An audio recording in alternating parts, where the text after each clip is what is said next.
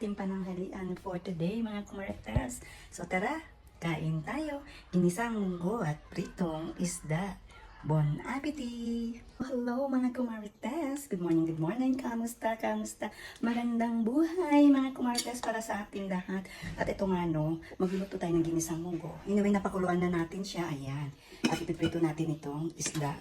Dalawang klase siya, no? Dalagang bukid at saka dorado. And of course, magigisa na muna tayo dito sa kawali. Ayan, nagpapainit na tayo ng mantika.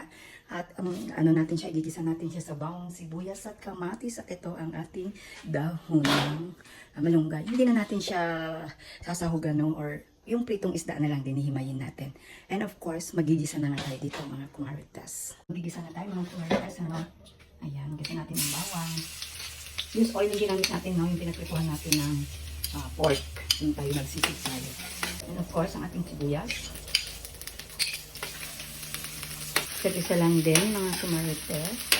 And of course, ang ating kamatis. Bango. Ayan. Dito nga pala, no? Dito natin ipiprito pagkatapos natin mag-isa. At ito, ihuhulog na lang natin sa ating pinakuluang balatong or munggo. Ihuhulog na lang natin ito, no? Saka natin titimplahan yan sa kukuluan. And pag pinakuluan natin yan, magpiprito naman tayo ng isda. Yun lang yung mga kumalitas. So, iluto lang natin mabuti yung kamatis. Dahil okay na itong ating hinsa, no? Ilalagay natin siya dito sa ating munggo. Kaya lang natin bango. Ayan. Use oil din ang ating gagamitin, ano?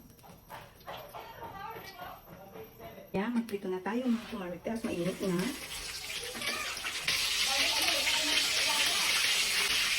Ayan.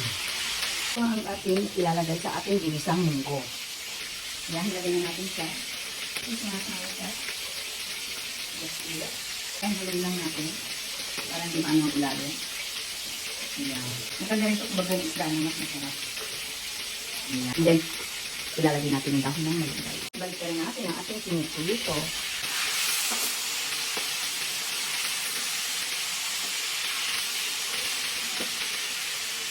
Ang kumarites, yun ang ating munggo. Yun eh. Lagyan natin itong dahon ng malunggay. Ayan. Dahon ng malunggay. Alam nyo ba mga kumarites?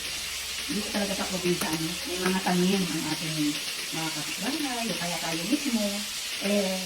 Pwede lang natin mahingi. Diba? Ang ating titibet at tayo ay hindi na bumili ng malunggay o ng mga ibang gulay, ng papaya, mga talbos ng mga kamote. Ang dami natin magkakaroon ng mahihingian. At salamat din naman sa mga nagpapahingi, sa mga may tanim, masipag magtanim, at mabait naman magbigay. God bless po sa inyo. Patuloy po kayo magbigay. And of course, ayan, patayin na natin sa mga kumalitas kasi maluluto kayo, may natututo kayo na tayo. Maluluto kayong dahil yan. Ayan, ang ating ginisang munggo. Yummy! Ito nga ang ating pananghalian for today, mga kumaritas. So tara, kain tayo. Ginisang munggo at pritong isda. Bon appetit!